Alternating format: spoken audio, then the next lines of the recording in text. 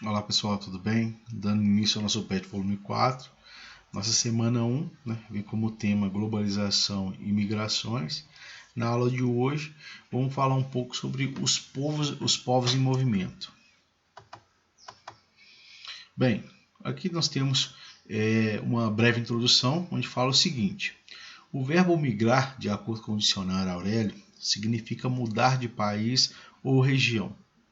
Além de mudar de país ou região, a migração significa o ato de locomover-se de uma região para outra, independentemente se haverá mudança definitiva ou não. Migração é o deslocamento populacional pelo espaço geográfico de forma temporária ou permanente, desde o início da humanidade, tem contribuído para a sobrevivência do ser humano. O homem que migra o faz por alguma razão. E muitas vezes a sobrevivência de um determinado grupo social depende do seu deslocamento pelo espaço. Como, por exemplo, durante a pré-história, quando os primeiros seres humanos migravam em busca de alimento, onde o homem primitivo migrava pelo território em busca de alimento, onde ele era nômade. Mas aí surge uma dúvida, É muito comum a gente observar essas três definições aí, ó. Quais seriam a diferença entre elas, Migração, imigração e emigração. A resposta está aqui. Para começar, vamos falar sobre os conceitos aqui. Migração: pessoa que realiza um deslocamento sobre a superfície terrestre. Ponto, O migrante é a pessoa que realiza uma migração. O emigrante, referente à pessoa que sai de um local do observador, ou seja, quem sai de um país e vai em direção a outro. Já o imigrante é referente à pessoa que chega no local do observador, ou seja, um estrangeiro que vem para o Brasil no nosso caso. Entenderam? Então, migração é qualquer pessoa que realiza um deslocamento na superfície terrestre, O migrante seria a pessoa que realiza a migração, O emigrante, referente à pessoa que sai, do Brasil e vai morar em outro país. O imigrante seria a pessoa que sai de outro país e vem morar no Brasil. Tá certo? Bem, essa temática, vamos falar um pouquinho sobre os fluxos migratórios, no decorrer da história da humanidade. Os grandes fluxos migratórios internacionais, ou seja, as principais direções de migração, ocorreram principalmente por razões econômicas, mas nem sempre se deslocaram para o mesmo sentido.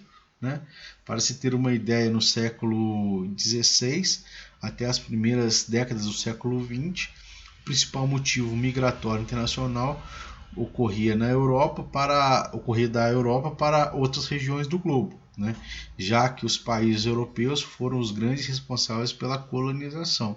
Essas migrações vinham em direção à Europa, África, Ásia, onde tinham o processo de colonização. Aqui nós temos um mapa, onde apresenta aqui os movimentos migratórios do século XVI, no início do século até ao início do século XX. Podemos observar o quanto os europeus aqui em azul, migraram por várias partes do mundo aí, chegaram à Oceania, à África, à América, até a América Andina aqui, a América do Norte, por tudo povoado pelos europeus. Podemos observar os russos movimentando pelo território, os chineses, os africanos, onde muitos deles foram trazidos como mão de obra para o Brasil, para a América Central e até mesmo para os Estados Unidos ali. Bem, aí surgiu também os tipos de migração, A locomoção de um local para o outro já pode ser considerado um movimento migratório. Com isso, existem vários tipos de migração conforme tempo de viagens, distâncias ou motivos. Vejamos algumas dessas desses tipos de migração. A primeira, vamos falar sobre a pendular, né? Lembra-se muito o pêndulo do relógio, né? Que vem e vai, né? Daí surgiu o nome dessa migração. A definição é o seguinte: é uma das mais comuns, pois diz respeito ao movimento que ocorre de um lugar para o outro diariamente, né? Ir à escola, depois voltar para casa, ou ir ao mercado e retornar ao lar, já são exemplos de uma migração pendular. É um movimento que fazemos quando vamos a um local e retornaremos para o local de origem no mesmo dia, né? Temos a migração sazonal. Essa sazonal ocorre apenas em algumas épocas do ano, né? Como as estações do ano, né? Ou épocas de colheita na agricultura. Podem ocorrer vários momentos quando passamos por alguns meses em um local e depois retornamos, né? A exemplo disso, nós temos a seca, né? No Nordeste, lá em específico na região do semiárido, né? Onde quando a seca realmente se torna muito intensa, a população tende a migrar para a região sudeste, né? A região norte mesmo, a região central do Brasil ali, recebe boa parte desses imigrantes, né? Quando começa a chover, eles retomam para suas vidas nessa região. Temos também a migração externa ou internacional, né? Como o próprio nome diz, seria o deslocamento entre países, né? Também chamado de imigração. Temos a migração de refúgio, né? Muito comum na atualidade, né? Ocorrem por fatores inerentes aos seres. Geralmente quem realiza esse tipo de migração está fugindo de algo que ocorreu em seu lar original, sendo chamado de refugiado, né? Onde nós temos uma gama muito grande ali assim de refugiados vindo em direção ao Brasil, né? Essa fuga pode estar associada a fenômenos climáticos, guerras políticas, crises econômicas, entre outros. Exemplo disso também podemos citar a situação atual do Afeganistão, né, onde as tropas dos Estados Unidos foram retiradas de lá e, de certa forma, uma milícia local, né, tomou conta do Afeganistão e eles estão desesperados em busca de fuga, né, porque são essa milícia lá, como é chamado, né, esse grupo terrorista lá, né, ele é muito forte, né, e ele é muito tradicional, né. O que ele quer? Ele quer retornar aos moldes antigos, né, onde a mulher, de certa forma, não tinha sua autonomia, né, onde o homem deveria se vestir como o pessoal lá do Oriente Médio se veste, né, não deve se vestir de uma forma, vamos dizer assim, transcontinental, né, numa forma cultural de outros países, né, a mulher não deve mostrar o rosto, a mulher não deve estudar, né, tudo isso seriam percas que o Afeganistão teve, né, com a saída das tropas dos Estados Unidos de lá. Temos também a transumância, né, é bem percebida com a migração sazonal, né, mas ocorre em épocas específicas, né.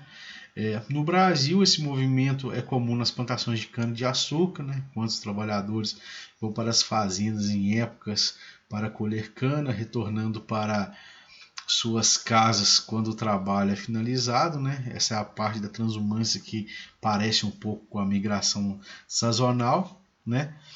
Mas a transumância de fato ocorre em larga escala na América do Sul, já com o pastoreio nômade, né? Onde os pastores migram com seu rebanho, né, para as áreas de pastagem em determinadas épocas do ano. Essa seria o exemplo mais concreto ali da transumância. Aqui nós temos dois exemplos aí de migração, né? Nós temos o êxodo rural, como nós conhecemos, que é um movimento que acontece quando a população rural deixa o campo e parte para a cidade, seja em busca de novas oportunidades ou moradias, seja para mudar de ares, né? Ou também temos o êxodo urbano, né? Que é o inverso, né? O reverso do êxodo rural. Ou seja, quando a população urbana deixa a cidade para viver no campo. Temos também a diáspora, né? É um termo muito utilizado em aulas de história aí, que envolve o Antigo Egito, os judeus, Israel, né? Assim, a diáspora é quando a população inteira é dispersada de sua região local, seja à força, né? Como exemplo, nós temos os negros trazidos na época da escravidão da África, né? Seja de forma espontânea, como os hebreus quando saíram do Antigo Egito, né? Que é conhecido também como a diáspora judaica, né? E também, né, seguindo aqui, as migrações são formas mais eficientes de conexão entre as sociedades, né? As junções culturais, né? Pois permitem trocas culturais de línguas, costumes e tradições. Há uma grande interação entre os povos quando ocorrem movimentações migratórias, né? Os movimentos migratórios, desde a antiguidade até os dias atuais, quando eles são mais rápidos e intensos.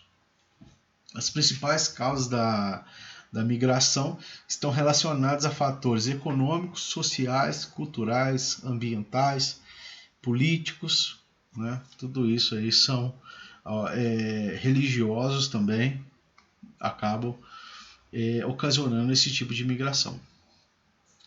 Só aqui, ao final, né, reforçando os conceitos, né, migração é um termo bastante amplo, né, e que faz referência a todos os tipos de deslocamentos que acontecem no espaço.